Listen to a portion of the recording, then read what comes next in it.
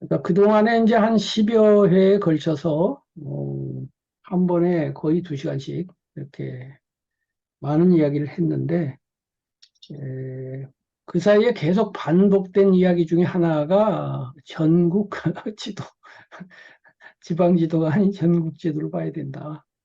높이 나는 자가 멀리 본다. 그래서 대한민국 전체를 봐야지 군이나 뭐 시나 리나 면이나 어, 그것만 알아가지고는 이제 좌표를 모르게 된다 이 얘기 많이 했어요. 그래서 이제 전국 지도인데 오늘이 이제 드디어 전국 지도 중요하다는 얘기 그렇게 했는데 전국 지도를 한번 보여드리는 시간이에요. 그래서 28페이지 29번 인용사과 이 인용사과가 이제 대한민국이라고 하는 전국 지도를 이렇게 보여주는 그런 내용이고요. 이 인용사과는 김정빈이라고 하는 사람이 이제 철학 체계가 있다면 김정빈 철학의 전국지도인데요. 그래서 저는 반은 농담으로 인용사과를 김정빈의 사성제다 이렇게 말을 해요. 넷으로 되어 있으니까 그렇고요. 부처님의 사상은 사성제로 되어 있잖아요. 그래서 비유하면 이제 구절판이라고 하는 음식 그릇이 있어요. 근데 실제로는 팔절판이에요. 대개 보면. 그래서 이렇게 동그랗게 그릇을 만든 다음에 동심원을 중심으로 8등분을 한 다음에 음식을 8가지를 담는 그런 건데요. 부처님의 사상은 사절판이죠. 사절판 그릇에 담겨 있어요. 그래서 고제, 집제, 멸제, 도제 이렇게 되어 있는데 김정빈의 인용사과도 이제 사절판이죠. 그 얘기 할 겁니다. 인용사과라는 말은요. 그 다음 페이지에 보면 이제 도표가 있는데요. 그 도표를 보면서 이제 이해하시면 좋고요. 사람 인자에다가 경영한다는 그 영자고요.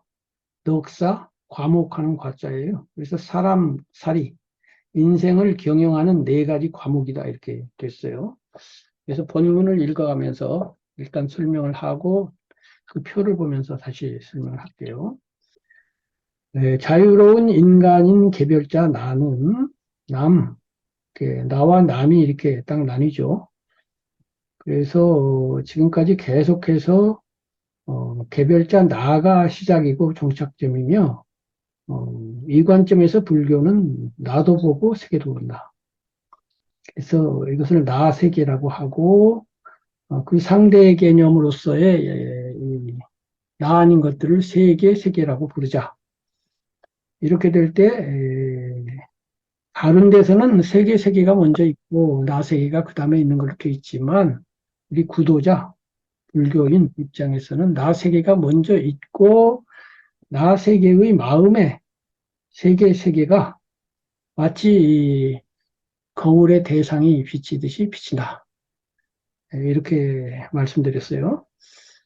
그래서 그 나 세계로 출발하는데 그런 자유로운 인간인 개별자 나는 어, 남을 이제 나 아닌 세계 세계를 상대하거나 나 자신을 상대하는 두 분야로서 삶을 운영한다. 그렇죠? 그러니까 사람이 살면 어, 내가 나 아닌 것을 상대하거나 내가 또 나를 상대해요. 이것이 인간만의 여타 동물에게는 없는 특징이라고 그랬죠. 사람은 나를 객관적으로 볼 줄도 알아요. 내가 화가 났네? 내가 좀 나쁜 마음이 일어나네? 이걸 고쳐보아야겠네? 이런 생각을 할 수 있어서 자기를 수정하고 이렇게 할 수 있어요. 근데 강아지는 그걸 못하죠. 그래서 강아지는 주인이 교육되는 대로만 되지 자기 스스로 자기를 교육하지 못해요. 그래서 사람은 남도 상대하고 나도 상대한다 이거죠. 즉 삶은 밖으로 나가 행동하는 외행과 그래서 남을 상대하는 것을 외행이라고 이름을 붙여봤어요. 이것은 저우 용어예요. 바깥의자 행동한다는 행자예요. 밖으로 나가서 행동한다. 나 아닌 것들에 대해서 상대한다 이거죠. 그다음에 이제 그렇게 밖에 나가서 활동을 하다 보면은 이제 거기서 문제가 생겨요. 부담과 스트레스가 생기는데, 밖으로 나가 행동하는 외행과 안으로 돌아와 외행으로부터 생겨난 부담, 이른바 스트레스를 조절하거나 변화시키는 내조. 그러니까 이 강아지는 못하는 걸 사람이 하는 건데, 내가 스트레스를 받고 있네. 내가 화가 났네. 내가 짜증이 났네. 내가 불만스럽네. 이런 것들을 알고 이것을 내조. 조는 이제 조정한다. 이런 거고, 내화, 변화시킨다. 이렇게 하는 거예요. 이게 사람만 하는 거예요. 그리고 수행자가 하죠.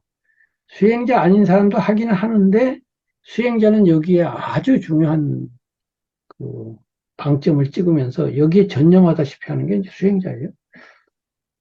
짜여져 있으며 외행은 이제 그렇게 둘로 나뉘었어요.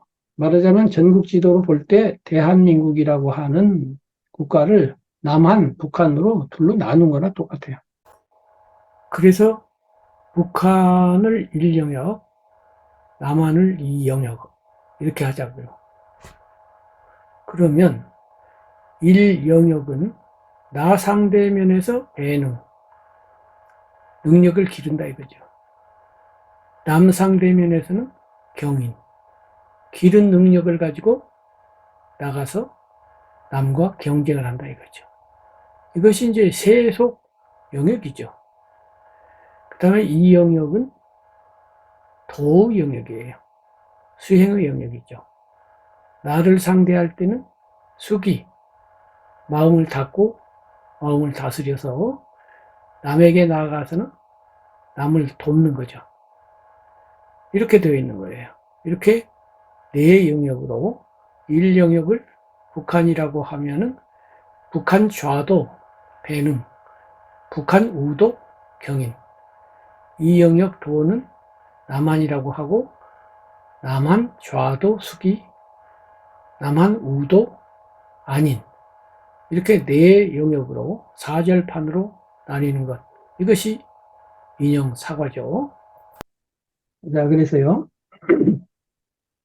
밑에 각 줄을 보면 인형 사과는 4대 성인 및 여타 철학 종교, 나아가 전 인류가 발전시켜온 정치, 경제, 군사, 문화 등 제반 활동까지를 모두 수용하는 필자만의 분류법이다 이렇게 됐는데 이 4대 성인뿐 아니에요. 왜냐하면 여기는 경인, 경쟁이 들어가 있잖아요. 4대 성인들은 경쟁 얘기를 별로 많이 안 해요. 숙이 아닌 이야기를 많이 하죠.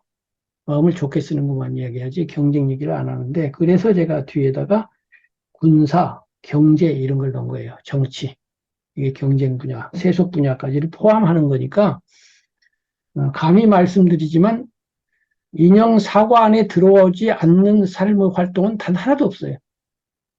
1mm도 없습니다. 그런데 사성제에는 안 들어오는 게 있어요. 경쟁이 안 들어와 있어요. 군사 문제 안 들어와 있잖아요. 경제 문제 안 들어와 있어요.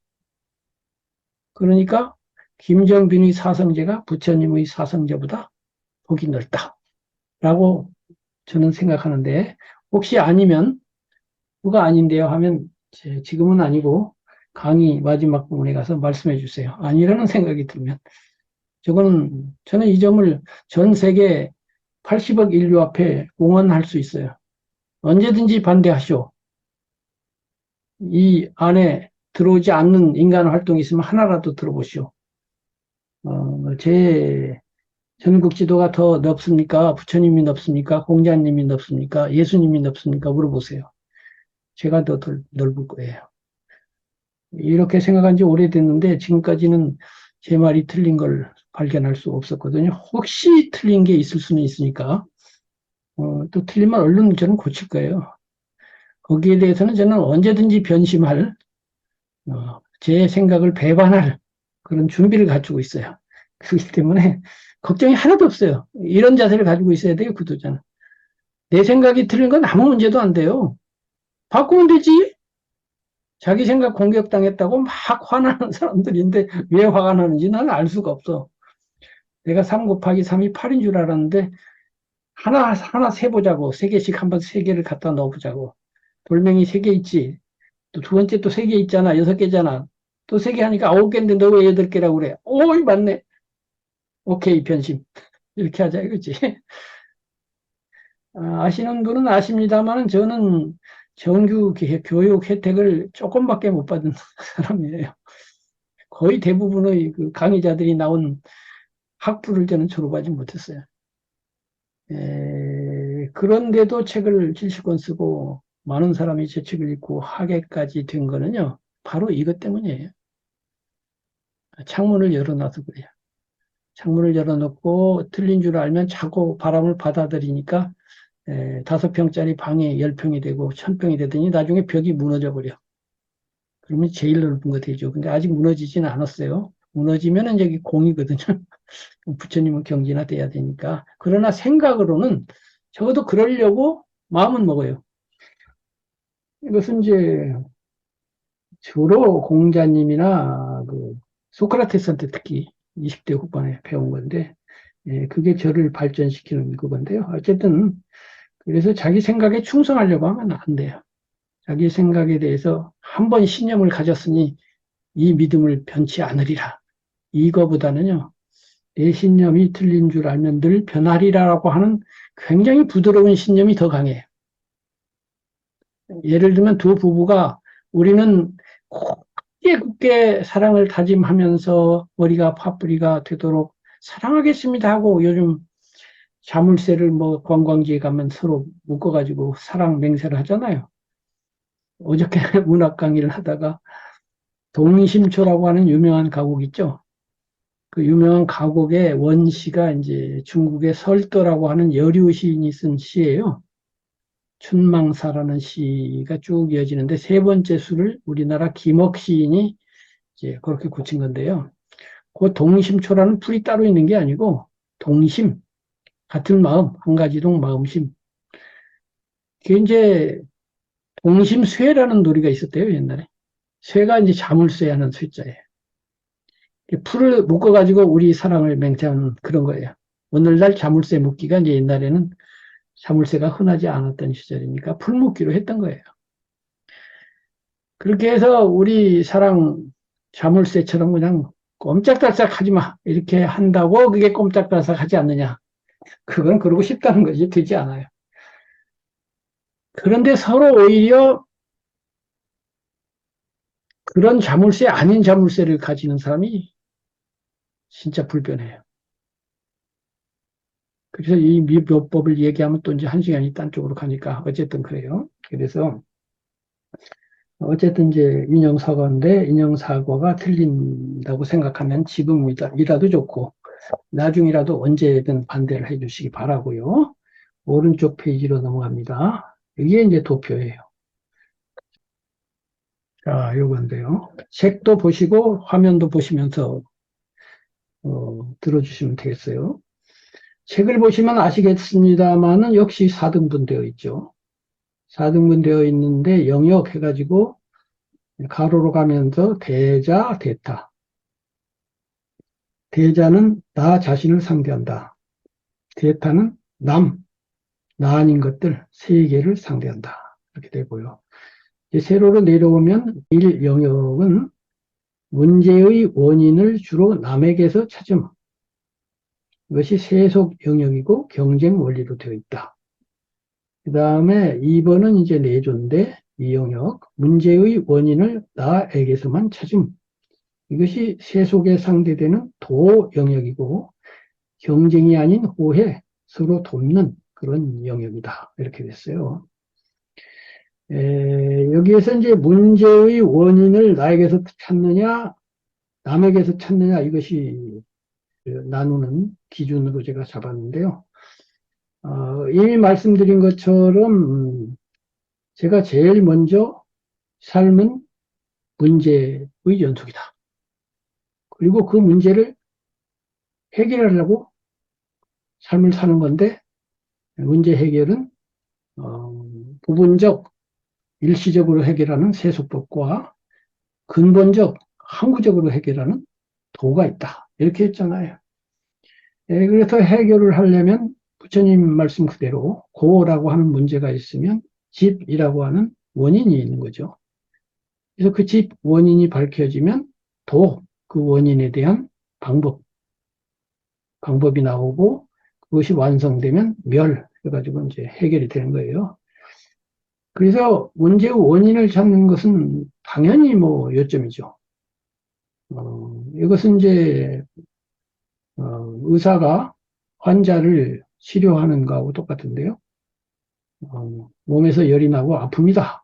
일종이요. 그 다음에 이제 진찰을 해보니 폐결핵에 걸렸군요. 그래서 진단하는 게 이제 문제의 원인을 찾는 거죠. 그러면 이제 폐결핵이 걸렸으면은 폐결핵 처방을 합시다. 뭐, 아무 약을 먹읍시다. 라든가 뭐 이런 거 있겠죠. 그것이 이제 도성제가 되는 거고, 그래갖고 나으면은 이제 건강. 이렇게 하면 이제 멸성제가 되는 거죠. 그래서 문제의 원인을 찾는 건데, 문제의 원인은 항상 두 군데에서 있어요. 어느 문제든 그렇습니다.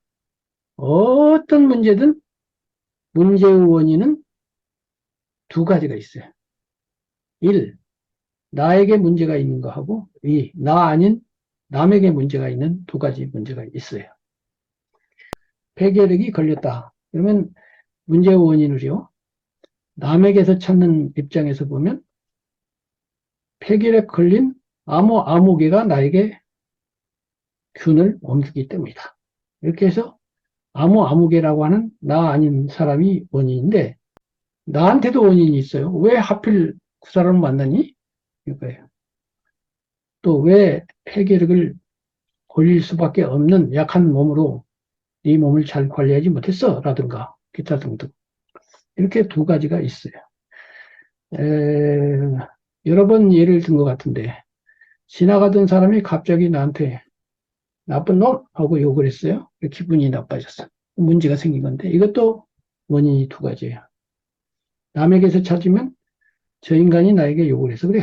이거고요. 나에게서 찾으면 욕하거나 말거나 신경 안 쓰고 갈 수 있는 그러한 마음 개발이 돼 있으면은 걔가 지는구나. 욕하면 되잖아. 그러니까 네가 수양이 부족해서 화가 나는 거야. 부처님 화가 나거든. 이렇게 하면은 원인을 나에게서 찾는 거예요. 그래서 이제 보면은 외행은 문제의 원인을 남에게서 찾는다. 이것이 세속이다라는 말은 대부분의 사람, 도를 모르는 사람들이 요거 중심으로 산다. 이런 뜻이에요. 그리고 도를 아는 사람들은 1번을 무시한다는 뜻이 아니라 저 사람이 나를 때리고 저 사람이 나를 욕하면 저 사람 잘못이지. 제3의 눈으로 볼 때. 그것은 맞긴 맞는데 그거 가지고는 일시적, 부분적 해결만 되지 항시적, 전체적 해결은 안 된다. 저 사람 욕 못하게 해도 다른 사람 욕할 거 아니니. 그런데 내가 해탈해버리면 누가 욕을 하든 상관없는 전체 해결이 된다. 항시적으로 쓴다. 이렇게 되는 거예요. 그래서 우리는 이제 포트폴리오라고 그러죠. 이걸 비율의 문제예요. 출가자가 돼서 스님이 된다는 거는요. 실제로 스님들이 어떻게 생각하시는 거와 관계없이 제가 이해하기에는 이 영역만으로 산다라고 결심하는 거예요. 무소유자가 돼서 나는 경쟁 같은 거 안 하고 욕을 하면 절대 나는 너한테 따지지 않을 거야. 내 마음을 넓혀갖고 해결할 거야. 여기에만 전념할 거야. 그것이 수행이거든. 이렇게 한다는 거예요. 그런데 이제 해탈하기 전까지는 그런 분들도 어쩔 수 없이 남에게 원인을 찾아야 되는 때가 있죠. 그래서 이제 비율 문제예요. 비율 문제인데 2번 문제의 원인을 나에게서 찾는 비율을 높이는 것이 이제 도가 높아지는 거하고 관련이 있어요. 그래서 5대5로 출발을 했다고 하면 6대4로 2번이 비율이 높아지면 그만큼 차원이 높아진 거예요. 그래서 이제 이 두 가지를 알아가지고 적절하게 삶을 운영해야 돼요. 제가 도를 강의하고 있지만은 이 강의 내용이 그래요. 이 강의 내용이 일반적인 스님이나 금강경이니 이런 경전하고 다른 것이 1번을 포함한다는 거예요. 금강경이나 반야심경은 2번에서도 극치만 얘기해요. 1번은 전혀 거론하지 않아요. 아예 없는 것처럼 쳐요. 근데 현실적으로 1번이 너무너무너무너무 강력해요. 외국 군대가 쳐들어와서 막 짓밟고 있다고요. 그런데 원인을 나에게서만 찾으면 와서 죽이는 놈한테서 안 찾고 내가 해탈하면 되지. 이게 현실적으로 불가능하거든요. 그렇기 때문에 1영역도 중요해요. 그렇다고 해서 1영역도 또 세분에 들어가면 무턱대고 네가 죽이니까 나도 죽인다. 이것만 있는 건 아니에요. 그 안에서도 악독한 마음으로 싸우는 것도 있고 악독하지 않은데 또 싸우는 것도 있어요. 의로운 싸움이라는 것도 있는 거거든요. 그거는 이제 뒤에 가서 다시 한번 이야기를 하겠는데 어쨌든 이렇게 1영역, 2영역이 있는데 1영역부터 이야기해보면요. 세속 영역이에요. 1배능, 2경인. 나 자신은 능력을 기른다. 그래서 나를 관리하는 면에서 체력도 기르고 지력도 기르고 재력도 기르고 매력도 길러요. 관계력, 관계력은 이제 권력, 명예 이런 것도 길러가지고 밖으로 나가서 남하고 경쟁을 하는 거예요. 경쟁이 이제 1영역과 2영역으로 또 나뉘어요. 다시 말하자면 경쟁 영역과 투쟁 영역으로 나뉘어요. 투쟁도 넓게 보면 경쟁인데 극심하게 경쟁하는 게 투쟁 아니겠어요? 예, 문화적으로 보면 이제 투쟁은 군사예요, 군사. 군대를 동원하는 건데 예, 국가로 보면 군사지만 개인도 군사를 하거든요. 두 사람이 치고받고 싸우면 그게 군사예요. 부부간에 언쟁을 하고 있을 때는 사실은 그건 군사예요. 근데 그 이전 단계가 있죠. 그 이전 단계가 정치죠. 정치는 뭐예요? 의견이 안 맞고 이익이 충돌할 때 조정하는 거예요. 협상을 하는 거지. 협상이 안 되면 이제 싸우게 되죠. 전쟁도 항상 그렇게 일어나고 부부싸움도 항상 그렇게 일어나요. 대화를 하다가 조정이 안 돼. 그래가지고 이제 막 소리가 높아지고 이렇게 되는 거죠. 그래서 인력력 경쟁. 이것이 이제 자연과학, 사회활동, 경제, 정치 이런 걸로 이제 나타나고요. 이 영역이 이제 분산돼요. 이런 그 북한, 제가 외행을 북한에다가 비유했는데 세속 영역, 경제 원리, 경쟁 원리, 이 북한은 이익 추구의 길이죠. 그래서 만족지향, 이익을 만족시키기 위해서, 욕망을 만족시키기 위해서 하는 것이고요. 물 포기, 이제 물과 컵의 비유가 뒤에 나올 건데요. 마음이 이제 컵이란 말이에요. 빈 컵. 뭔가를 바란다, 욕망한다, 욕구한다. 이거는 빈 컵인데 거기다 뭘 채워야 되겠죠. 돈을 채우고 명예를 채우고 권력을 채우는 거죠. 근데 이것들이 어디 있느냐면 우물에 있어요. 그래서 우물로 나가죠. 우물이 바뀌죠. 안방에 있다가 우물로 나가는 거죠. 근데 나만 오는 게 아니라 우물에는 여러 사람이 와가지고 경쟁이 벌어지게 되고, 예, 그래서 이제 경쟁이 혼란스러우니까 그러지 말고 우리가 규칙을 정하자. 먼저 온 사람이 많이 또 안 가져가고 한 바퀴씩 가져간다. 두 번째는 단다. 이렇게 하고. 아, 그러면 또 누가 그러면 관리를 할 거냐? 관리자를 뽑자. 이것이 결국 국가예요. 관리자가 국가라고요. 법률이고요. 그렇게 해서 이제 인간은 이렇게 조정해 가면서 사는데 그 중에 새치기 하는 사람도 있고 이제 별별 사람이 있긴 있죠. 그래서 주로 물을 퍼오는 길이 이제 1번 영역이고요. 2번으로 넘어가면 이것이 이제 컵을 줄이는 또는 컵을 없애는 제일 밑에 있죠. 이익, 공유, 양보의 길. 이익을 추구하는 것이 아니라 나만의 이익이 아닌 함께 이익 혹은 내 이익을 포기하고 네가 먼저 가져가 이렇게 하는 거. 이렇게 하면서 욕망을 채우는 쪽이 아니라 행복을 이렇게 창조하는 쪽으로 가는 거예요. 그렇게 하려면 컵을 줄이고 마침내는 없애야 돼요. 컵이 2리터짜리면은 2리터로 만족하죠. 근데 컵이 1리터로 줄어들면 1리터로 만족하니까 조금 퍼와도 만족하죠. 근데 컵이 아주 없어져 버리면 우물가에 나올 일이 없어지는데요. 이것이 이제 무아예요. 불교가 그렇게 주장하는 무아와 공이에요. 이 비유에서 1번 영역은 이익을 추구한다, 만족을 지향한다, 무를 본다 이렇게 되는 거고요. 그래서 이제 2번 영역, 남한으로 넘어오면 문제의 원인을 나에게서 찾는 거예요. 정말 어려워요. 이렇게 한 줄밖에 안 되는 말이지만 이거 실제로 하기는 너무 어렵습니다. 어려운데 또 아무도 안 하는 사람도 없어요. 조금씩은 다 하는데 여기에 중점을 두고 전념하는 사람이 이제 적죠.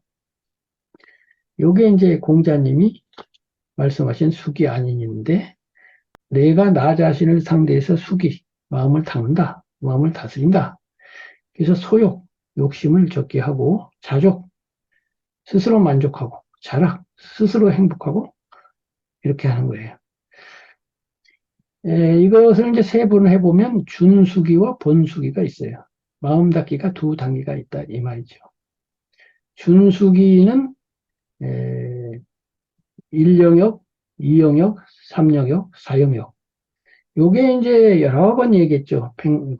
만평 세상에 있는 거라고. 인문학, 그다음에 문화, 2영역 예술, 3영역 철학, 4영역 종교 이렇게 됐는데 그때는 이제 4영역으로 나누어서 인문학 앞에 자연과학, 인문학, 예술, 종교가 있어요. 근데 여기는 철학이 독립으로 하나 더 나왔어요. 그래서 자연과학은 준수기에 안 들어가니까 여기 뺐고요. 자연과학은 앞으로 오히려 넘어갔죠. 그 다음에 이제 인문학적 공부를 하면 수기가 좀 돼요. 그 다음에 예술 공부도 수기가 좀 돼요.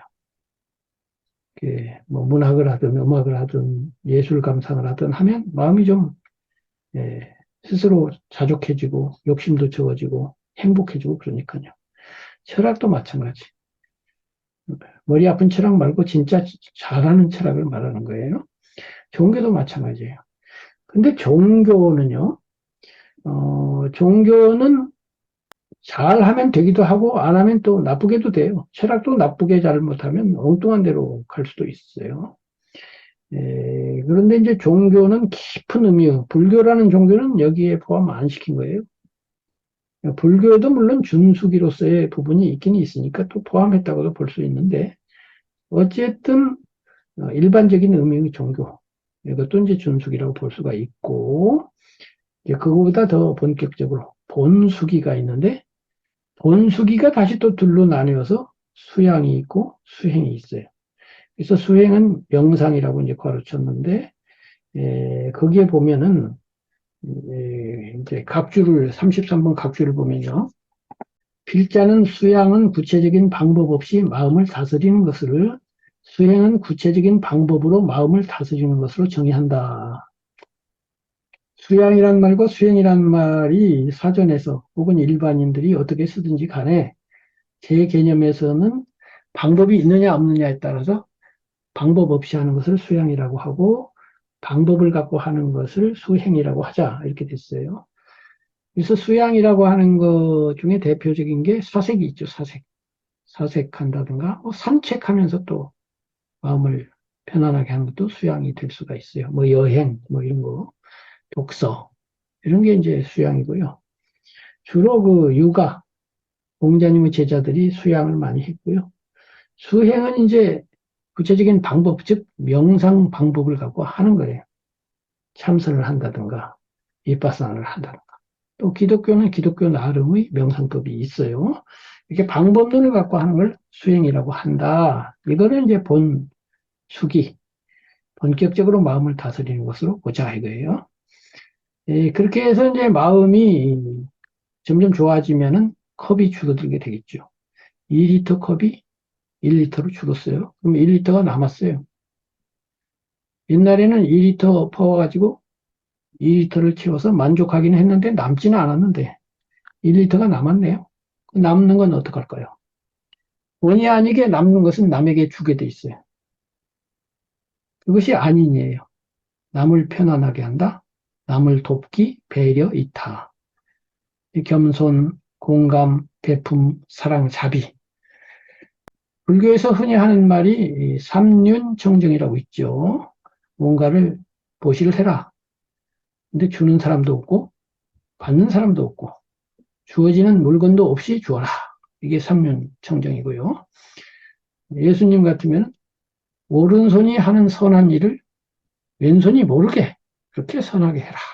흔적도 자취도 없이 해라. 이렇게 됐는데 그 말씀이 너무너무너무너무 훌륭하신 말씀이긴 한데 그러면 그렇게 하고 싶죠. 나도 그렇게 하고 싶은데 어떻게 하면 그렇게 됩니까? 라고 제가 물어볼 것 같아요. 예수님한테. 그렇게 하려고 하는데 안 되거든요. 이제 그 듣는다는 들었다 치고 한 달 있다 와가지고 그 말씀 너무 좋긴 한데요. 안 돼요. 어떻게 하면 좋죠? 라고 물어봐야 될 것 같아요. 부처님한테도 마찬가지죠. 근데 그렇게 물어본 또 제자가 없어요. 제가 좀 똑똑한 지장만 같아요. 그래서 제가 이제 또 그걸 알아봤더니 불교에서 역시 또 무아예요. 무아와 공을 체달하는 수준만큼 너는 주는 자가 없어지거나 약화될 것이고, 그럼 받는 자도 약화될 것이고, 주어지는 물건도 그렇게 애착하지 않게 될 것이다. 이렇게 되는 것이고요. 예수님 같으면 신에게 모든 걸 바쳐라. 너는 먼지털이야. 이렇게 해봐라. 그렇게 하셨을 것 같아요. 어쨌든 간에 이렇게 해서 인용사과 내 영역에 대해서 기본 개념을 말씀을 드렸어요. 어쨌든 그 인용사과에 대한 개요 설명을 드렸어요. 요걸 듣고 나서 돌아가면서 첫 번째로는 잘 이해가 됐는지 이해가 안 됐으면 이걸 모르겠다. 이거 질문 그거 하나 있고요. 두 번째는 기타 이것과 관련해서 생각되는 자신의 생각, 의견 이거 말씀해 주세요. 먼저 안 선생님이 발표해 주시겠어요? 잘 들었습니다. 제 관심 분야가 신불교니까 신불교라는 측면에서 결국에는 이제 기존에 없던 불교적 가르침 또는 어떤 사상 이런 것으로서 저에게 의미가 있는데 마음이 뭐 있는지 없는지 뭐 잘 모르겠습니다만은 뭐 확연하게 제가 체험을 아직 못 해봐가지고 근데 마음이 없다고들 그러잖아요. 마음은 단 이제 작용이지 오온의 작용이지 마음이 뭐 없다 이렇게들도 많이 말씀하시는데 갑자기 이제 아까 마음 닫기에서 이제 그게 제 그러니까 눈에 걸린 거죠. 그거는 그 뭐 마지막에 심오한 경지에서 마음이 있고 없고는 그만두고 우선 경험적으로 마음을 닫지 않아요. 이미 예를 들면 거칠어졌거나 욕심이 날 때, 야, 욕심 좀 줄이자 이렇게 하지 않나고요. 그래서 왜 제가 이 말씀을 드리는 거냐면은 교수님께서 문학 또는 이제 글을 쓰시는 분이니까 네? 그런 표현에 대해서 다시 한번 생각을 해볼 수 있는 계기가 지 않을까. 그러니까 표현에 있어서 음, 우리가 어떤 지금 저를 포함해서 일반 사람들이 이 말에서 오는 잘못되는 이 인식이 있다고 보거든요. 예, 그러니까 그런 거에 대한 어떤 그 올바른 이해에 좀 더 다가갈 수 있도록 음, 길잡이 역할을 해줄 수 있지 않을까. 그런 표현을 조금씩 더 바꿔준다면 이제 그것도 일종의 신불교 운동 중에 하나로 들어갈 수 있지 않을까. 그 생각이 스쳐서 한번 말씀드려보는 거예요. 말씀의 취지는 저도 이해했다고 생각하는데요. 그것도 여러 번 얘기했는데요. 이제 이 전체적인 책의 흐름이 있고 단계가 있거든요. 개별자 나도 처음에는 인정되지만 마지막에 가서는 인정되지 않는다. 이렇게 됐잖아요. 마찬가지로 마음이 없다라고 하는 차원이 나온다면 그때는 이제 전혀 다른 얘기가 돼요. 근데 처음부터 올라가고 있기 때문에 처음부터 마음이 없으면 어떻게 하라고 이렇게 되는 얘기니까요. 그건 이제 나중에 가서 얘기하고요. 지금 이 단계에서는 그런 심오한 단계가 아니라 전국 지도로 보는 거예요. 전국 지도로 볼 때, 어쨌든 우리가 경험적으로 마음을 닫고 있는데 마음을 다스리고 있잖아요. 그 얘기하는 거예요. 그렇게 뭐 심오하게까지 생각할 건 없다고 봐요. 그건 그렇고 다른 뭐 의문사항이나 뭐 소감은 없나요? 그리고 또 한 가지는 이제 그 경쟁, 그다음에 군사, 투쟁 이런 것들에 대해서 다룬다는 그 자체가 상당히 관심이 있고 센세이션합니다. 그러니까 이제 우리 안 선생님은 말씀하시기를 그동안에 수많은 선지식들을 침견했거나 혹은 그런 위대한 뭐 명상가들이나 영성가들의 책을 많이 보셨다고 그랬잖아요. 근데 그분들 중에 이렇게 세속 영역, 경쟁, 심지어는 투쟁까지를 포함해서 영성이든지 도든지 깨달음이든지를 말하는 사람을 저는 아직 것은 못 봤어요. 근데 그게 뭐냐고 나는 그거 이상하다 이 말이야. 도대체 어쩌라는 거야. 전에도 이야기한 것 같은데 인도의 어떤 위대한 명상가 책을 가지고 발표하시는 분 발표를 들어보니까 처음부터 끝까지 사랑, 사랑, 사랑, 사랑 얘기하길래 도대체 우크라이나 국민의 입장에서 그분의 사상을 받아들여서 그래 그렇게 살기로 결심했을 때 러시아 군들이 쳐들어와서 막 분탕질을 하면 사랑하는 마음을 갖고 어떤 행동을 하게 됩니까? 네, 물어봤어요. 어떻게 하라고요? 그럼 어떻게 하면 좋겠어요? 그랬더니 이제 대답이라는 게 좀 애매모호하죠. 애매모호한데 그 힌두교에서 경전에 준하는 대접을 받고 있는 바가바기타라고 하는 책이 있잖아요. 거기에 이제 아르주나라고 하는 전사가 이제 자기 형제들하고 전쟁을 하게 생겼는데 전투 직전에 야 아무리 그렇지만 형제랑 칼을 들고 형제를 찌를 수가 있겠느냐 하갖고 망설이고 있으니 그리슈나 이제 신이죠. 신이 나타나가지고 걱정하지 마라. 가서 무찔러. 너는 군인이잖아. 이렇게 했다는 죽여도 죽인 바가 없어. 불교식으로 말하면 공하기 때문에 죽여도 괜찮아. 이렇게 했대요. 그래갖고 그게 심오하다 그래가지고 이제 간디도 이 책을 엄청 좋아했고요. 인도에서는 많은 명상가들이 이걸 막 찬양을 하고 난리를 치고 있는데 나 그거 이상하다고 생각해. 뭐가요? 그게 막 찔러도 괜찮다고? 죽여도 죽인 바가 없어? 그럼 나를 찌르지. 나도 죽은 바가 없을 텐데. 왜 하필 원인을 왜 걔한테 찾아갖고 걔만 죽이고 나는 살고 너는 찔러도 죽인 바가 없고 나는 찔르면 안 되고 그건 뭐야? 이상하지 않아요? 대행스님의 설법에서도 도무지 이해할 수 없는 게 그런 게 있어요. 비슷한 얘기예요. 그 양반이 막 영적 천도를 해가지고 아픈 사람을 자기가 먼저 보내지만 보낸 바가 아니래요. 그래갖고 막 영적으로 마을 사람들 중에 일부러 막 전염병도 퍼뜨리고 막 거둬들이고 그랬대요. 아니 그게 뭐야? 그러고 더 좋은 데로 태어나게 해줬으면 그것이 더 좋은 웃기고 자빠졌지 그게 그 말도 안 되는 얘기지. 왜 거꾸로는 안 하니?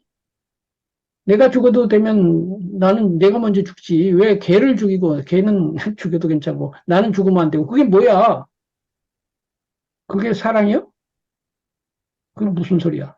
왜 그렇게 대답을 하더라고요. 그래서 요거를 좀 잘 검토해서 변별을 해놓지 않으면은 그런 지리멸렬로 가가지고요.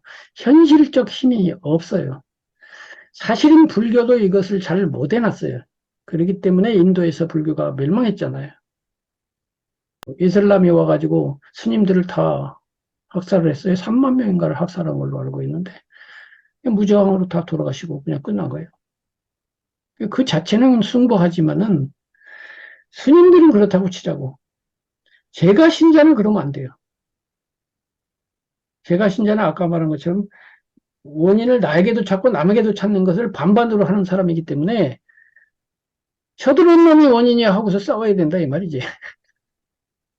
스님들은 원래 원인을 나에게서만 찾기로 했으니까 가만히 앉아서 고요하게 무고통하게 나는 없다 그러고 돌아가시면 아주 훌륭한 거예요. 그건 훌륭한데 제가 신자는 그러면 안 된다고. 그래서 이게 4대 성인을 합쳐가지고 제가 생각해가지고 나온 거라고 했는데요. 여기서 이제 공자가 나오는 거예요, 공자가. 부처님에게는 없는 공자의 위대함이 또 여기 있는 거예요. 그게, 이것도 여러 번 얘기했는데, 시중이란 말, 시중. 때의 시 가운데 중. 때에 적중해서 강할 때는 강하고, 약할 때는 약하고, 투쟁할 때는 투쟁하고, 사랑할 때는 사랑하고. 카드를 두 장을 가지고. 내식으로 말하면 외행이냐, 내조냐, 북한이냐, 남한이냐. 카드를 갖고, 전투할 때냐, 물러날 때냐, 사랑으로 대할 때냐, 혼내야 될 때냐. 이거죠. 애기를 키우는 부모도 마찬가지잖아요. 맨날 사랑만 하면 애가 자립하겠습니까? 잘못해도 그러고, 지난번에 길거리 가는데 한 아이가 팍 넘어졌어요. 근데 한참 동안 넘어진 그 상태로 가만히 있지. 일어나지도 않고 가만히 있는 거예요. 한 10초 정도를.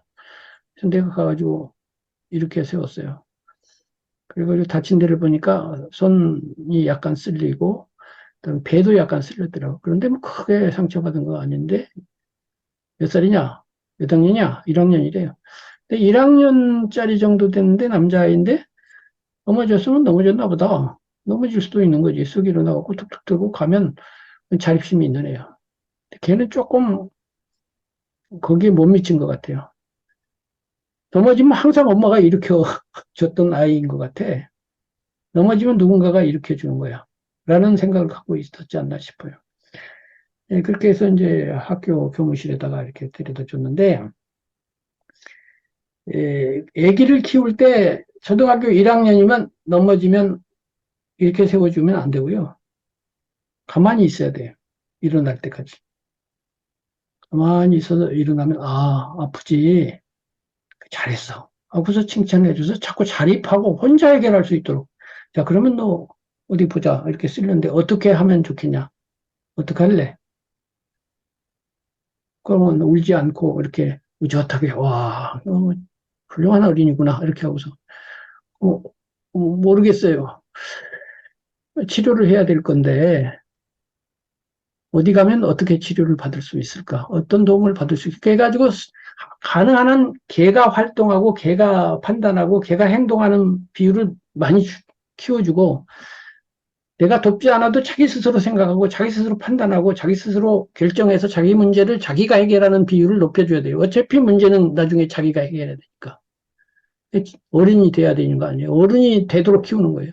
자녀 교육의 제일 목표는 문제를 자기 스스로 완전히 해결할 수 있는 사람으로, 그게 어른이니까. 물론 그 문제는 이 영역까지 문제는 아니에요. 1영역에서만 문제야. 이 영역까지 하면 해탈인데 해탈은 이제 그만두고 그냥 건강한 세속인으로서 자기 문제는 자기가 해결할 수 있다라고 하는 수준이 어른이잖아요. 어른 만드는 게 목표지 좋은 학교 보내는 게 목표도 아니고 좋은데 취직하는 게 목표가 아니에요. 취직은 왜 해야 되는데요? 자립하려고 하는 거예요, 경제적.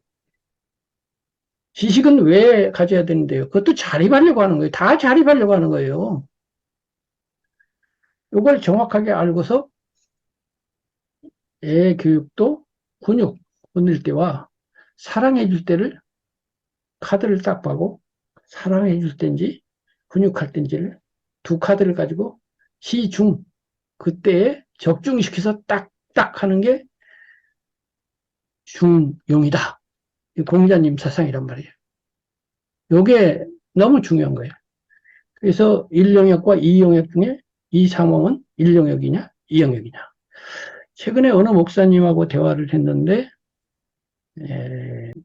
노후에 자기가 비축해 놓은 자금이 매달 줄어들고 있다, 이 말이야.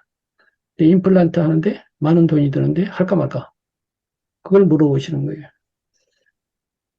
하면 하는 것만큼 자금이 줄어드니까.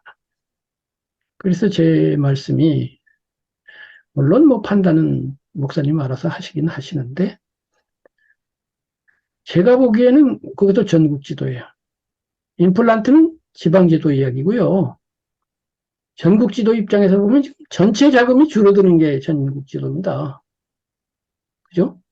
전체 자금이 줄어드는 문제가 더 중요하지 않아요. 그래서 전체 자금이 줄어드는 마이너스가 계속되는 상황을 개선하는 방법부터 먼저 생각하는 것이 맞지 않을까요? 그러면서 이제 뭐 자녀 간의 관계도 있고 하는데 이렇게 저렇게 비용을 줄여서 한 달에 300씩 쓰는 거를 200씩 쓰는 방법을 보완하는 방법이 뭐 없을까요? 그러면 손자한테 옛날에 500만 원씩 쓰던 시절처럼 딱 오면 10만 원씩 주고 이런 거를 5만 원 주든지 아니면 자녀하고 협의를 해서 상황이 이러하다 솔직하게. 그다음에 개별자가 중요한 거예요. 그래서 아까 말한 정치적으로 아무리 자식이라도 개별자 대 개별자로서 정치적 조정을 하는 거예요. 조정. 이렇게 저렇게 하고 저렇게 저렇게 하고 내 상황은 이러한데 그렇기 때문에 내가 지금 불안하니까 용돈을 지금 줄 수 없거나 10,000원만 주겠다. 혹은 거기에 대한 네 생각은 어떠하냐. 이렇게 하고 조정을 해보자 이거예요. 그랬더니 벌쩍 뛰는 거예요. 어떻게 자식하고 돈 문제를 얘기하며 뭐 그러면은 애들도 안 놀러 올 거 아니냐. 안 놀러 오거나 말거나 사실을 사실대로 다루고 개별자다. 그래서 내가 이제 그 뒤에 그 얘기를 들으신 분하고 이제 나오면서 그 얘기를 또 했어요. 인간은 개별자다. 일심동체다. 부부는 뭐 이렇게 얘기하는데 뭐가 일심동체냐. 시적으로만 문학적으로만 일심동체지 일심이라는 거 없고 동체도 없다. 부부가 동체냐? 따로따로냐? 이체냐? 일체냐? 이체야. 몸이 따로요. 그걸 어디 가면 알 수 있느냐? 고속도로 휴게소 가면 알 수 있다. 팔짱을 끼고 가던 애인이 화장실 앞에서는 각각 이체로 나뉜다. 일체로 딱 팔짱 끼고 갔어. 화장실에서는 남자는 남자 쪽으로 가야 되고 여자는 여자 쪽으로 가잖아. 남녀가 하루 종일 포옹하고 있어. 그러면 그게 복일까? 처벌일까? 처벌이 된다. 일체라는 건 잠깐 좋지. 끝까지 일체하라 그러면 처벌이야. 지긋지긋해. 하루 종일 팔짱 끼고 너 절대 풀지 마. 풀면 너 쏘아 죽을 거야. 그러면 그런 구속이 세상에 어디 있겠습니까? 모두가 개체다. 부모 자식도 그렇고 부부도 그렇고 개체성이 1번인 거다. 그래서 개별자를 제가 중요한 게 여기는 거예요. 제가 아들이 뉴질랜드 고등학교 1학년 때 유학 갔을 때 일주일에 2번씩 전화로 상담을 해요. 이거는 그냥 상담이 아니에요. 이거 같이 철학적으로 논리적으로 얘기하는 게 아니라 실제적으로 일어나는 사건을 놓고 하는 거예요. 제일 기본 개념이 인간은 개별자예요. 보낼 때도 그거예요. 네가 뭐 좋은 학교를 나오고 학벌을 쌓고 이건 그만두고 서양인들은 개별자 의식을 갖고 살기 때문에 거기 가면 너는 개별자 의식을 배울 것이고 자립심을 길러올 것이다. 그것이 큰 소득이다. 이렇게 가르쳐 줬어요. 그래서 짧게는 30분, 길게는 1시간씩 일주일에 2번. 근데 갈수록 대담 시간이 줄어들어요. 왜? 같은 말을 반복하게 되니까요. 그래서 나중에 하는 말이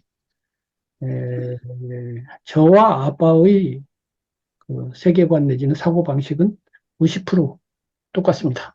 라고 말을 하더라고요. 그러니까 언제든지 역시 아니면 반대해라 하고서 하는 거예요. 그러면 이제 논리 훈련도 되고 철학 공부도 되고 수양도 되고 이렇게 되죠. 그런 게 있었는데 역시 서양 사람들은 개별자예요. 이스라엘에서 공부한 어떤 교수님이 쓴 글을 보니까 처음에 이스라엘 가서 유학을 할 때 아기를 키우면서 아기를 데리고 가다가 아기가 넘어졌다는 거예요. 아까 어떤 초등학생하고 똑같은 거예요. 그래서 이렇게 세워줬대요.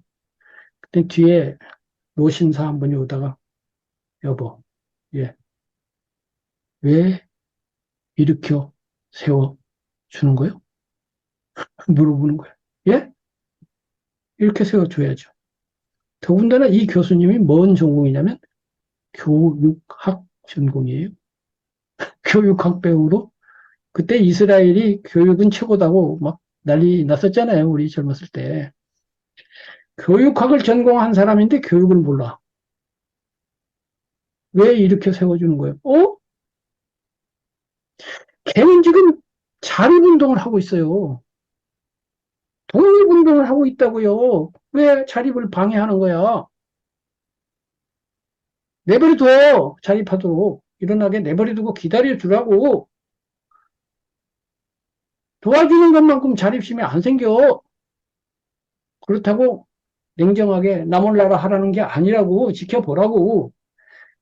그래서 제가 힘들하면 언제든지 갈 준비를 딱 하고 있죠. 근데 그때까지 참는 것이 교육이야. 사랑을 참는 게. 이게 시중이단 말이죠. 대시 가운데중. 시기적절하게. 그러면 일 영역, 이 영역도 그렇다 이거죠. 만사를 이 영역만 갖고 되냐 이거지. 사랑, 사랑, 사랑, 자비, 자비, 자비, 공, 공, 공, 무아, 무아만 갖고 삶을 살 수 있냐 이거야. 그렇게 말하는 사람 그렇게 하냐 이거야. 못해요. 세계 최고급의 명상가도 못하는 줄 나는 알고 있어요. 예를 들면 20세기 영성계에서 최고급의 칭찬을 받는 몇 분 중에 한 분이 라마나 마하리시예요. 아시죠? 그분의 수제자격인 분이 쓴 책도 있어요. 내가 모신 라마나 경험 이야기를 쫙 써놨는데요. 거기에 보면 라마나도 현실 문제와 도 문제 사이에서 약간 혼선을 빚는 이야기가 꽤 많이 나와요. 라마나 사원을 관리하는 관리 문제. 그러니까 절로 가면 이판과 사판이 있잖아요. 이판은 도를 얘기하는 거고 사판은 현실적인 문제를 다루는 거예요. 이 사판이 지금 일영역이에요. 왜? 절도 땅을 차지하고 있고 건물이라는 것이 있고 그 안에 자산 가치가 있는데 절 땅을 말이지 옆에 사람이 뺏어가려고 그래. 그거를 도로 해결하냐고. 세속 원리로 해결하는 거예요. 그래서 경율론 보통 이렇게 3장 이야기하지만 사실은 율경론이에요. 율이 처음이에요. 경이 다음이고 론이 다음이에요. 왜 그러냐면 율이라고 하는 게 세속 원리예요. 경과 논은 도 논리죠. 그래서 율 보세요. 율은 법률이란 뜻이에요. 율이란 자체가 법률이란 뜻이고 법률이라는 것 자체가 경쟁 원리에 기반해서 생기는 거예요. 세상 법률이 처벌하려고 생기잖아요. 그리고 율도 처벌하려고 생긴 거예요. 부처님이 계율 안 지킨 놈 혼내려고 생긴 거고 추방해. 너 살인했으니까 나가. 그러고서 추방해버리잖아요. 처벌이잖아요. 잘못하면 뭐 참여하든지 뭐 이렇게 갖고 처벌을 올려요. 그게. 왜냐하면 절이라는 것도 기본적으로 세속이라고 하는 땅 위에다가 지어놓은 거기 때문에 그런 원리가 없을 수는 없어요. 그런데 그 율만 갖고는 안 되고 율 가지고 내가 말한 1만 평의 공간 안에 테두리 담장을 쳐놨어요. 유리 담장이에요. 그 담장이 있어야 그 안에서 마음 놓고 경도하고 수행도 하니까. 부처님은 그 두 가지가 다 있어요. 그래서 율이라고 하는 세속 원리도 하시고, 자, 그걸 전제로 이제 우리 무아를 한번 얘기해 볼까? 이렇게 되는 거예요. 그래서 이제 불교의 깨달음의 그 성인을 세 가지 위격으로 나누죠. 첫 번째는 아라한, 두 번째가 벽지불, 세 번째가 이제 정등각자예요. 아라한은 부처님 제자인데 깨달으신 분, 그다음에 벽지불이 이제 빠체가 붙었는데 이제 정등각자, 우상 정등각자, 이제 안우따라 삼맥 삼붓다. 뭐 안유따라 삼박 삼붓다가 이제 부처님 석가모니 부처님인데 부처님과 그다음에 벽지불은 무슨 차이냐? 벽지불도 빠체가 붓다 해서 붓다자가 들어가요. 근데 아라 안에는 붓다자가 안 들어갑니다. 똑같이 붓다예요. 그래서 연각 해갖고 각자 깨달을 각자는 각이 부처라는 뜻이에요. 그래서 벽지불이 아람보다 위격이 높아요. 부처기 때문에. 그럼 부처란 무슨 뜻이냐? 스승 없이 무사도고예요. 스승 없이 스스로 깨달은 분을 각자, 붓다라고 그래요. 두 분 다 벽지불도 스스로 깨달았고 무상 경등각자도 스스로 깨달았는데 알아 하는 스승한테 배워서 깨달은 거예요. 부처님 제자니까. 그러니까 더 뛰어나지 혼자 깨달아요. 그런데 혼자 깨달은 것도 똑같은데 깨달음의 내용도 똑같아요. 근데 공덕이 적어요. 전생의 공덕이 적어서 그 가르침이 시간적으로는 짧고 공간적으로는 좁은 데서만 펴져요. 전라도만 펴고 마는 거고 한 100년 하다가 없어지는 거예요. 근데 정등각자는 널리 퍼지면서 오래 갔죠. 그것이 전생 공덕 때문이다라고 하는 것이 이제 일반적인 해석인데 이 불교 해석을 조금 느슨하게 적용하면 라마나 마하리시 같은 분이 벽지불이다 이렇게 볼 수도 있는 거예요. 널리 안 펴지잖아요. 아는 사람만 알고 부처님처럼은 널리 안 펴져요. 그러면 널리 펴지느냐 안 펴지느냐를 결정하는 여러 가지 요인 중에 하나는 그 세속 원리를 잘 다루느냐와 관련이 있어요. 세속 원리를 다루어야 돈이 들어오고 돈이 들어와야 퍼질 거 아니에요. 근데 이게 지리멸렬이 되면 안 돼. 그렇다고 해서 이상한 무슨 사법을 써가고 돈을 모아도 안 되고 정법인데 돈도 들어와야 되고 이렇게 되는 묘가 있어야 되는데 그 점에서 소태산 대종사는 이 세속 원리를 잘 활용한 아주 모범 케이스예요. 미래의 불교를 하신다면 소태산의 그 경영 원리를 배워야 돼요. 그거는 지금 우리 조계종이 따라할 수가 없어요. 조계종이 가지고 있는 자산과 1년에 들어오는 수입 총량은 원불교의 10배는 넘을 건데 일은 원불교가 더 많이 해요. 그게 그 세속 원리가 잘 돼 있어서 그래요. 거기에 그 교직자들은 제가 거기 취재할 때가 한 20년 전인데 한 달에 30만 원씩밖에 받지 않았어요. 용금이라고 했어요. 그리고 모든 수입이 공금 처리가 되면서 개방이 돼요. 어떻게 쓰는지 완벽하게 투명해요. 공개성 원리예요. 그래가지고 잘 돼 있어요. 그런데 아까 말한 나마나 마하리시는 소태산 같이 그렇게 할 줄은 몰라요. 그래갖고 자기 교단을 누구한테 맡기느냐? 자기 동생한테 맡겼어요. 그래서 그 동생하고 수양제달하고 가끔 갈등이 많이 일어났어요. 그런 문제를 명쾌하고 쉽고 간명하게 척척척척 해결하지 못해가지고 그 수제자가 쓴 거 보면 나중에 보니까 여기 심오한 뜻이 있었다고 해석은 하기는 하는데 그렇게 심오할 필요도 없어요. 이건 심오할 일도 없어요. 이 세속 원리가 뭐 심오해. 명쾌하면 되지 심오할 건 없거든요. 그래서 안 퍼지는 거예요. 그래서 정등각자가 되려면 세속 원리를 통달해야 돼요. 근데 세속 원리의 기본은 이익 추구고 이익 추구라는 건 욕망이거든요. 욕망이 지나치면 탐심이 된다는 의미에서 탐심을 정확하게 알아야 돼요. 탐진치를 가장 잘 아는 것이 부처님이거든요. 그래서 부처님의 10대 그 별호 중에서 세간해라고 있잖아요.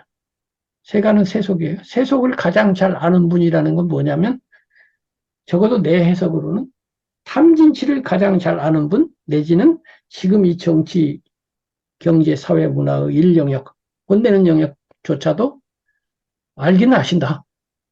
근데 거기에 중점을 안 둔다 뿐이지. 그래서 이제 이런 문제가 있어요. 그래서 이제 어디서 이 이야기가 시작되느냐면은 이제 다른 그 선지식 또는 다른 높으신 분들 말씀에는 세속 얘기를 안 하고 군사 얘기도 안 하고 경제 얘기도 안 하고 싸우는 얘기도 안 하고 그저 뭐하고 뭐죠 공하고 뭐 죽여도 죽인 바 없고 이런 이쪽 입장에서 보면 말도 안 되는 탁상공론 그야말로 탁상공론 아니면 법상공론 높은 자리에서 어떤 소리 막상 그런 말씀 하시는 그 방장 스님 밑에 내려가서 세속 원리가 적용되는 사판 문제, 그 주지가 담당이죠. 그분이 처리하는 일을 보면 엉망진창일 때가 많아요. 저 선실에 올라가면 막 높은 소리인데 밑에 내려가 보면 이익 다툼을 하고 있어. 그 주지 스님하고 또는 무슨 신도하고 다툼을 하고 있고, 그런 설법이 다 끝난 다음에 자리에서 나갈 때 보면 먼저 신발 신으려고 막 우르르 가고 뭐 지리 멀더려. 그 공안도리는 하나도 적용이 안 돼. 그 생활하고는 아무 관계가 없어. 그래서 그 법문을 들으러 석 달간 참선을 한 시어머니가 집에 와서는 며느리만 구박하고 쌈만 하고 있어. 그게 뭐냐고 도대체가. 그게 뭐요? 왜? 세속 원리와 도 원리 사이가 어디서 나뉘어지며 그것을 어떻게 연결시키며 어떻게 배분하며 이 전국지도 얘기를 안 하고 북한은 다 빼놓고 남한만 갖고 얘기하고 남한도 전부 얘기하면 또 괜찮아. 남한 중에 저 구석대기 전라남도 진도든지 뭐 울산이든지 뭐 저기 삼척이든지 무슨 어디 영주든지 그게 하나만 붙들고 앉아서 여기가 제일 높고 심하고 떠들고 있다 이거지.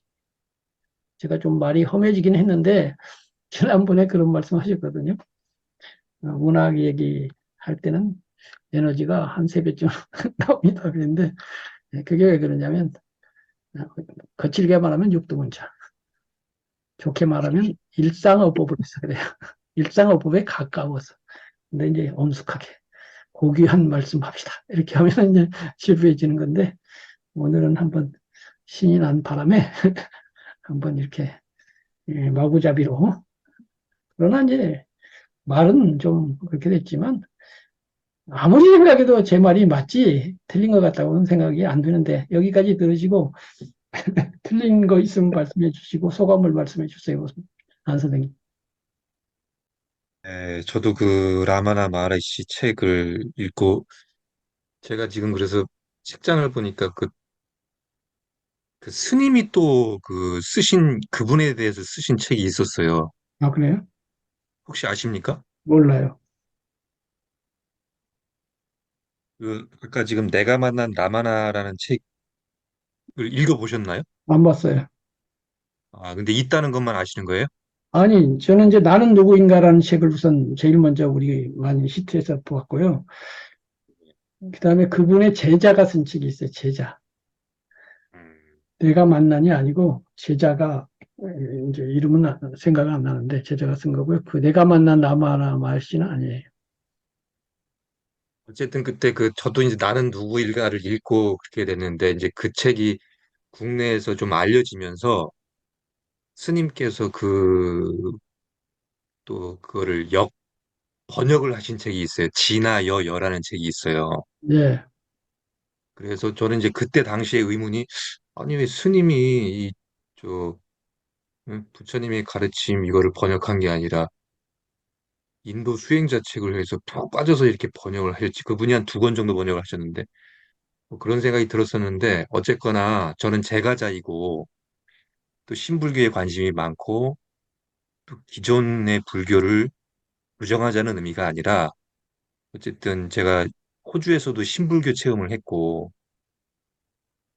그 서양에서는 새로운 종단을 만들어서 현대인들에 맞게끔 그거를 변형해 나가는 모습에서 아주 상당히 큰 인상을 받았기 때문에 직접적인 그런 체험을 제가 1년 이상 하고 지금도 물론 교류를 하고 있습니다. 그분들하고. 한국식의 그런 어떤 신불교 그런 운동이 좀 필요하다는 생각에서 이제 지금 교수님하고의 이 시간을 아주 의미 있게 보내고 있는데 오늘 아주 참 그 저한테 그 새로운 그 생각을 해줄 수 있는 그런 계기가 되는 말씀들을 많이 해주셔서 너무 좋고요. 어, 그리고 지금 이제 말씀을 언뜻 이렇게 하시는 그런 얘기, 결국 이제 그게 저 스스로가 제가 신자이기 때문에 오늘도 뭐 지금 이 시간 함께하기 이전에는 거의 회사에서 전쟁터 같은 시간을 보내고 왔는데 그렇기 때문에 더 이렇게 와닿는 게 큰 그런 게 있습니다. 그래서 앞으로도 이제 그런 말씀을 잘 경청해 듣도록 하겠습니다. 저는 이상입니다. 네, 감사합니다.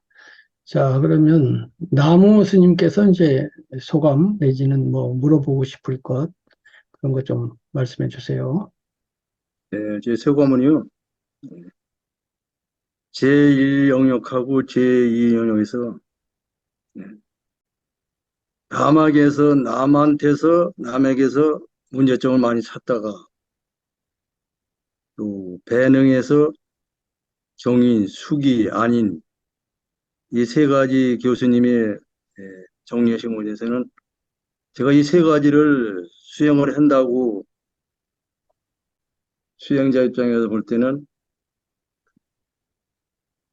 참진치를 세속적인 면에서 떠나지 않은 면이 많은 것 같고요.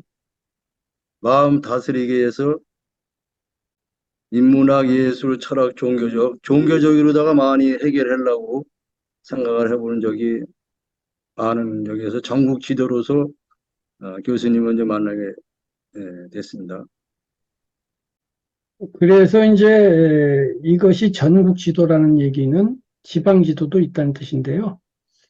근데 구체적으로 외행, 즉 세속 원리, 아까 탐진치라고 하는 그 분야에서 세밀하게 또 토론할 문제들이 뒤에 나와요. 그래서 이제 뒤에 나오는 과정에서 다시 이 29페이지 인용 사과로 돌아와서 전국 지도를 볼 때가 여러 번 있을 겁니다. 예를 들면 지리 공부를 하다가 경상북도 뭐 상주시로 들어갔는데 계속 상주시만 들여다보니까 내가 어디 있지? 이렇게 되거든요. 그럼 쭉 줌 아웃을 해서 쭉 높이 올라가면 경상북도 전체가 보이게 되겠죠. 그럼 쭉 올라가니까 남한만 보이고 쭉 올라가니까 대한민국 다 보이고 이렇게 되는 것 같은 거예요. 그래서 길을 잃을 때마다 인정사고로 돌아와서 이렇게 남한 북한이 나뉘었었지. 지금 내가 어디에 생각하고 있어? 하면 지금 탐진치 같은 경우는 어디에 해당이 되느냐면은 어, 배는 경인에 해당이 되죠. 탐진치를 채운다는 건 특히 이제 탐이 중심이죠. 탐진치에서 치는 이제 나중에 일이고 탐진인데 탐과 진은 같은 거거든요. 원하는 게 탐이고 진은 원하는 게 안 되면 진이기 때문에 이제 탐의 뒷면이 진이니까요. 그래서 탐진이라고 하는 것은 물을 퍼와가지고 빈 컵에다 채우자 이거잖아요. 그러니까 일 영역이에요. 그래서 채우기 위해서는 능력을 길러야 되니까 돈을 벌려면 경제학도 공부를 하고 무슨 뭐 열심히 일도 해야 되고 기본 자금도 모아야 되고 이런 게 다 경인, 또 배능 이런 거죠. 그래서 학교에서 배우는 게 거의 이런 건데요. 근데 학교에서 그것만 배우지는 않죠. 이제 철학도 공부하고 학교에서도 뭐 윤리 도덕도 가르치고 하는데 대체로 이제 경쟁에서 우위를 점하려고 이제 능력 배양을 하는 거고 그걸로 탐을 채우는데 뒤에 나옵니다만은 여기서는 탐이라는 말이 있고요. 그걸 또 분별을 해요, 저는. 그 희구, 욕구, 욕망이라는 세 단어로 분별하는데요. 빈컵, 바라는 거는 희구라고 하고 자기 능력만큼 바라는 바람이 있고요. 능력 이상을 바라는 바람이 있는데 능력 이상을 바라는 바람만 탐이라고 그래요. 그러니까 내가 정당하게 일을 해서 벌만큼 벌어서 한 달에 500만 원 받는다. 그건 탐이 아니에요. 정당한 그냥 욕구야. 욕구. 그래서 욕구와 욕망이라는 단어로 제가 구별을 해요. 이것도 이제 정의니까 일반적으로 어떻게 쓰는 거하고 관련 없이 욕구에는 하고자 할 욕자고요. 욕망에는 하고자 할 욕자 밑에 마음 심자가 들어가는 욕심 욕자예요. 예를 들어서 엄마가 딸 보고 두 가지 말을 했어요. 야, 너는 왜 그렇게 욕심이 많니? 이렇게 하면 너무 욕심이 많은 거예요. 네 깜냥으로 월급 300만 원 받으면 됐지. 그것도 모자란다고 네가 해준 게 그것밖에 안 되는데 왜 400만 원 달라고 그래? 그래갖고 왜 갈등을 이렇게 하는 얘기인데 이번엔 거꾸로 너는 왜 그렇게 욕심이 없니? 이거 뭐야? 많아도 탈, 없어도 탈이네? 그래서 욕심이 많이는 지나치게 300만 원 수준인데 400만 원을 바라는 거지. 플러스 100만 원 어치가 탐욕이에요. 탐심이에요. 근데 400 중에 300은 탐심이 아니야. 300 받을 만한 놈이 300 받는 건 탐심이 아니고 400 할 때 그 100만 탐심이라고. 근데 이번에는 300을 받아야 되는데 아유 알아서 해 하고서 200 준대. 알았다고. 아이고 그래서 이제 사장하고 경쟁해보고 협상해보고 아이 사장님 이거 안 되잖아요. 이렇게 좀 따져보고 하지. 욕심도 없고 그냥 맥 빠져가지고 그게 착한 게 아니에요. 약한 거예요. 그건 또 바람직한 게 아니에요. 그래서 어, 불교에서 탐이라는 말을 마구잡이로 막 쓰고 있는데요. 이건 지혜롭지 못해요. 탐에는 아까 말한 300만 원도 탐으로 본다는 거예요. 어쩐다는 거예요. 어디가 기준이요? 왜 그렇게 욕심이 많아? 라고만 계속 말을 하지. 왜 그렇게 욕심이 없어? 얘기는 안 해. 이것도 이제 뒤에 가면 자세히 나오니까 이 정도만 해두는데요. 그래서 탐진치라고 하는 것을 그냥 지금까지 이해하신 것처럼 불교는 탐진치와 싸우는 것이다. 불교는 탐진치를 없애는 것이다. 탐진치가 큰 문제다. 이렇게 간단하게 생각할 일이 아니에요. 정당한 욕구라는 것이 있다는 거예요. 그걸 잘 분별해서 나에게도 적용하고 내가 만약 스님이 예를 들면 주지다. 그래서 주지 밑에 직원도 있으니까 직원을 관리하고 이렇게 할 때 얼마를 줘야 되고 얼마를 안 줘야 되고 어디까지가 정당하고 정확하게 따질 건 따지고 줄 건 주지만 지나친 것도 못 주는 거고 그거에 대해서 내가 죄책감을 갖거나 이럴 필요가 없어요. 그래서 이제 그런 문제는 지금 당장은 아니고요. 아까 말씀하시는 걸 들으면서 느낌은 아직은 제가 말하고자 하는 거를 100% 명료하게 인지하신 것 같지는 않다 하는 느낌이 좀 들었어요. 그래서 이제 이게 한 번에 되면 좋죠. 좋은데 부처님도 사성제를 가지고 수천 번 얘기한 것처럼요. 저도 이걸 가지고 수천 번 얘기를 할 수밖에 없게 될 것이고요.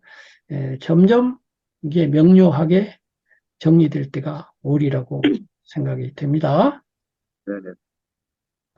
그러면 일월 스님 들으신 내용에 대한 소감 그리고 질문해 주세요. 충분하게 설명 잘 드렸습니다. 감사합니다.